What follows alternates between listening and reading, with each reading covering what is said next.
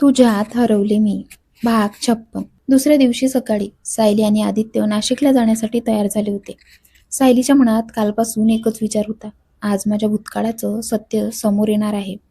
आदित्यने तिच्याकडे पाहिलं. तयार आहेस? सायलीने हलकसं हसण्याचा प्रयत्न केला. मनाने नाही, पण तुझ्यासोबत आहे. आदित्यने तिचा हात हातात घेतला. मग एवढंच पुरेसं आहे. काही वेळाने ते कैलास काका आणि कविताताईंना भेटले. कैलास काकांच्या हातात ती जुनी फाईल होती. सायलीने फाईलकडे पाहिलं. यातच माझ्या सगळ्या प्रश्नांची उत्तरं आहेत. कैलास काका म्हणाले. कदाचित सगळी नाही, पण आज आपण सत्याच्या खूप जवळ जाणार आहोत. सायलीने दीर्घ श्वास घेतला. मला आता काहीही लपवायचं नाही. कैलास काकांनी तिच्याकडे पाहत हळूच म्हटलं. मलाही नाही, सायली. चारही जण नाशिकच्या त्या जुन्या घराकडे निघाले. थोड्या वेळाने ते त्या वृद्ध व्यक्तीच्या घरी पोहोचले. दार उघडलं. समोर एक वृद्ध महिला उभी होती. तिने सायलीकडे पाहिलं आणि काही क्षण तिच्या चेहऱ्यावर आश्चर्य उमटलं. ती हळू आवाजात म्हणाली, तू सायली? सायली थबकली. हो, पण तुम्हाला माझं नाव कसं माहिती? त्या महिलेच्या डोळ्यात पाणी आलं. कारण मी तुला लहानपणी पाहिलं आहे. सायलीच्या चेहऱ्यावर आश्चर्य पसरलं. आदित्यने तिचा हात घट्ट पकडला. कैलास काकांनी पुढे येत विचारलं, तुमच्याकडे सायली आणि दिव्याबद्दल काही पुरावे आहेत? त्या महिलेने मान हलवली. हो. तिने आत जाऊन ती जुनी पेटी आणली. पेटी टेबलवर ठेवताना तिचे हात थरथरत होते. तिने पेटी उघडली. सगळ्यांची नजर आतल्या कागदपत्रांवर गेली आणि सर्वात वर होता सायली आणि दिव्याचा लहानपणीचा फोटो. सायलीने तो फोटो हातात घेतला. तिच्या डोळ्यात पाणी आलं. ही दिव्या आहे, वृद्ध महिला शांतपणे म्हणाली. हो, आणि त्या दोघींना वेगळं करण्यामागचं खरं कारण या पत्रात आहे. सायलीने थरथरत्या हातांनी ते पत्र उचललं. सायलीने ते पत्र थरथरत्या हातांनी उघडलं. सगळ्यांची नजर तिच्यावर होती. पत्र खूप जुनं होतं. काही अक्षर अपष्ट झाली होती. सायलीने पहिली ओळ वाचली. या दोन मुलींना वेगळं करण्याचा निर्णय माझ्या इच्छेने घेतलेला नाही. सायली तबकली. तिने पुढची ओळ वाचली. त्यांच्या सुरक्षिततेसाठी त्यांना वेगवेगळ्या ठिकाणी ठेवणं आवश्यक होतं. आदित्यने सायलीच्या खांद्यावर हात ठेवला. शांतपणे वाच. सायलीने पुन्हा पत्राकडे पाहिलं.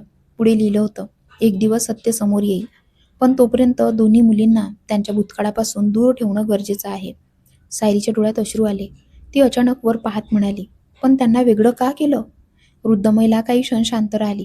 मग म्हणाली, कारण त्या दोघींच्या कुटुंबाशी संबंधित एक मोठा वाद झाला होता. कैलास काका गंभीर झाले. कसला वाद? वृद्ध महिलेने त्यांच्याकडे पाहिलं. त्यावेळी मला पूर्ण सत्य सांगण्यात आलं नव्हतं, पण एक गोष्ट मात्र मला स्पष्टपणे सांगितली होती. सगळे तिच्याकडे पाहू लागले. ती म्हणाली, या दोन्ही मुलींना एकमेकांपासून दूर ठेवायचं होतं, पण त्यांना एकमेकींना विसरू द्यायचं नव्हतं. सायलीच्या डोळ्यातून अश्रू वाहू लागली. म्हणजे दिव्याला माझ्याबद्दल काहीतरी माहिती होतं? वृद्ध महिलेने मान हलवली. हो. सायलीने आश्चर्याने विचारलं, मग तिने मला कधी सांगितलं नाही? वृद्ध महिला शांतपणे म्हणाली, कदाचित तिलाही पूर्ण सत्य माहिती नव्हतं. कैलास काका त्या पत्राकडे पाहत होते. अचानक त्यांची नजर पत्राच्या शेवटच्या ओळीवर गेली. ते हळू आवाजात म्हणाले, इथे एक नाव आहे. सायलीने लगेच विचारलं, कोणाचं? कैलास काकांनी पत्र तिच्यासमोर केलं. शेवटी लिहिलं होतं, हे सत्य कैलासकडे सुरक्षित राहील. सायलीने ते नाव पाहिलं आणि तिची नजर थेट कैलास काकांकडे गेली. आता प्रश्न एकच होता, कैलास काकांनी इतकी वर्ष हे सत्य तिच्यापासून का लपवलं होतं? सायलीची नजर अजूनही त्या पत्राच्या शेवटच्या ओळीवर होती. हे सत्य कैलासकडे सुरक्षित राहील. तिने हळूच कैलास काकांकडे पाहिलं. कैलास काका, तुम्हाला हे पत्र आधीपासूनच माहिती होतं?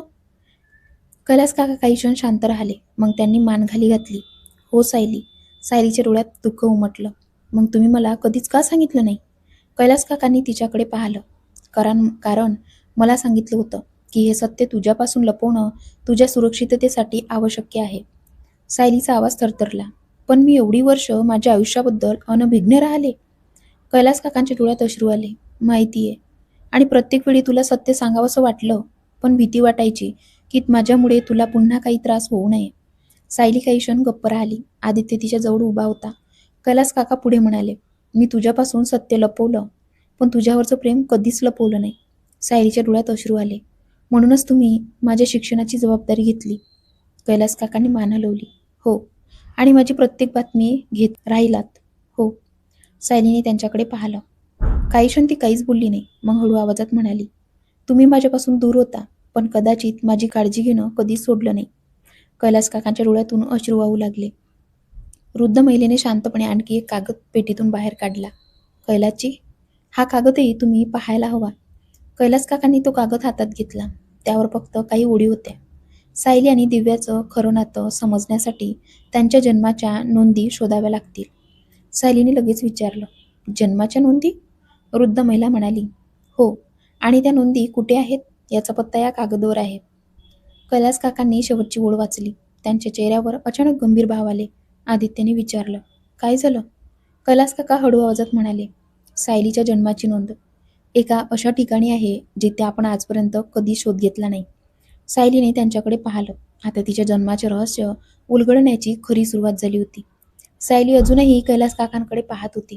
कैलास काका, माझ्या जन्माची नोंद नेमकी कुठे आहे? कैलास काकांनी तो कागद हातात घेतला. इथे एका जुन्या रुग्णालयाचं नाव आहे. सायलीने आश्चर्याने विचारलं, रुग्णालयाचं? हो, तुझ्या जन्माची नोंद तिथेच असण्याची शक्यता आहे. आदित्य म्हणाला, पण आपण तिथे जाऊया. मग आपण तिथे जाऊया. कैलास काकांनी मान हलवली. जाऊ, पण त्याआधी मला एक गोष्ट सांगायची आहे. सायली शांत झाली. कैलास काका तिच्याकडे पाहत म्हणाले, सायली, तुझ्या जन्माच्या वेळी जे काही घडलं त्याची मला पूर्ण माहिती नव्हती. मला फक्त काही गोष्टी सांगण्यात आल्या होत्या. म्हणूनच मी तुला कधीच खोटं सांगू इच्छित नव्हतो. सायलीच्या डोळ्यात पाणी आलं. मग तुम्ही माझ्यापासून दूर का राहिलात? कैलास काकांचा आवाज भरून आला. कारण मला वाटत होतं की माझ्यामुळे तुझ्या आयुष्याला पुन्हा धोका निर्माण होऊ नये.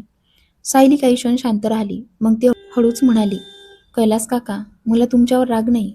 कैलास काकांनी तिच्याकडे पाहिलं. पण मला आता माझं पूर्ण सत्य जाणून घ्यायचं आहे. कैलास काकांच्या डोळ्यात अश्रू आले. नक्की. तेवढ्यात वृद्ध महिलेने पेटीतून आणखी एक छोटा फोटो काढला. हा घे सायली. सायलीने फोटो हातात घेतला. फोटोमध्ये एक नवजात बाळ होतं.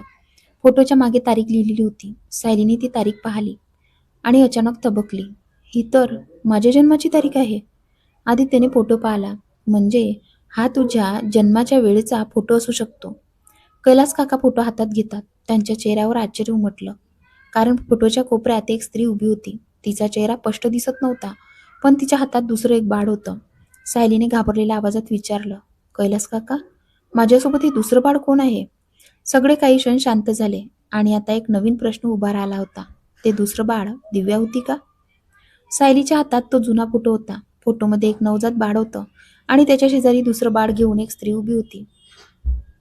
सायलीने थरथरत्या आवाजात विचारलं, कैलास काका, हे दुसरं बाळ दिव्या आहे का?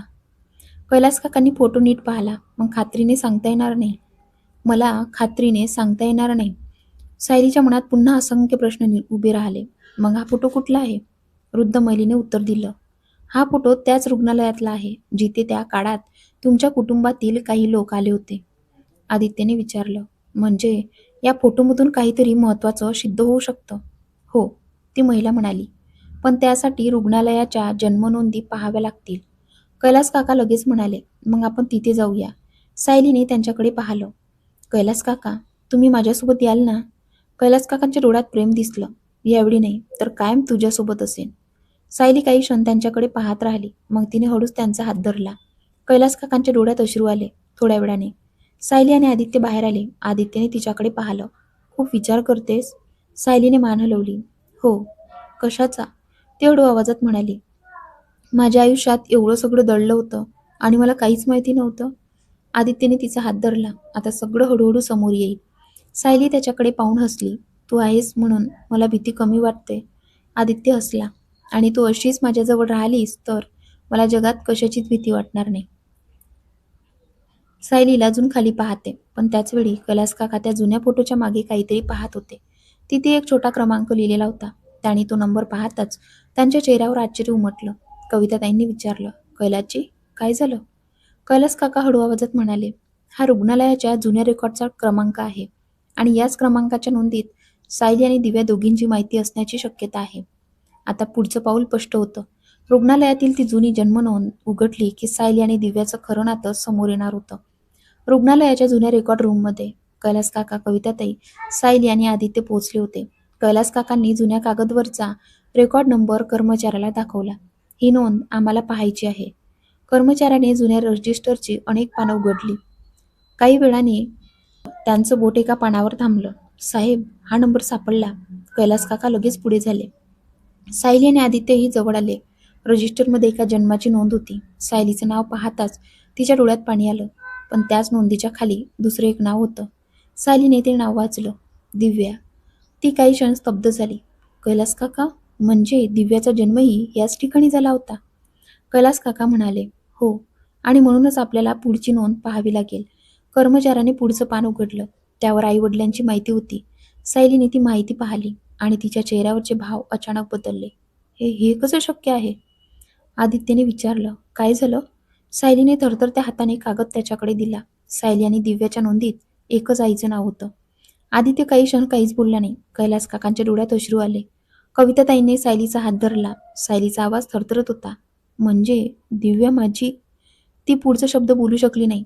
कैलास काका तिच्या जवळ आले आणि हळू आवाजात म्हणाले, हो सायली, दिव्या तुझी सख्खी बहीण आहे. सायलीच्या डोळ्यातून अश्रू वाहू लागले. तिच्या आयुष्यातील एक मोठं रहस्य आज उघडलं होतं. दिव्या तिच्यासाठी अनोळखी नव्हती. ती तिचीच बहीण होती. पण आता एक नवीन प्रश्न उभा राहिला. जर दोघी सख्ख्या बहिणी होत्या, तर त्यांना लहानपणी वेगळं का केलं गेलं? त्यामागे कोणाचं गुपित दडलं होतं? कसा वाटला आजचा पाठ कमेंट करून नक्की सांगा. आणि उद्याला आपल्या कथेचा अंतिम भाग येणार आहे, तर पाहायला विसरू नका. धन्यवाद.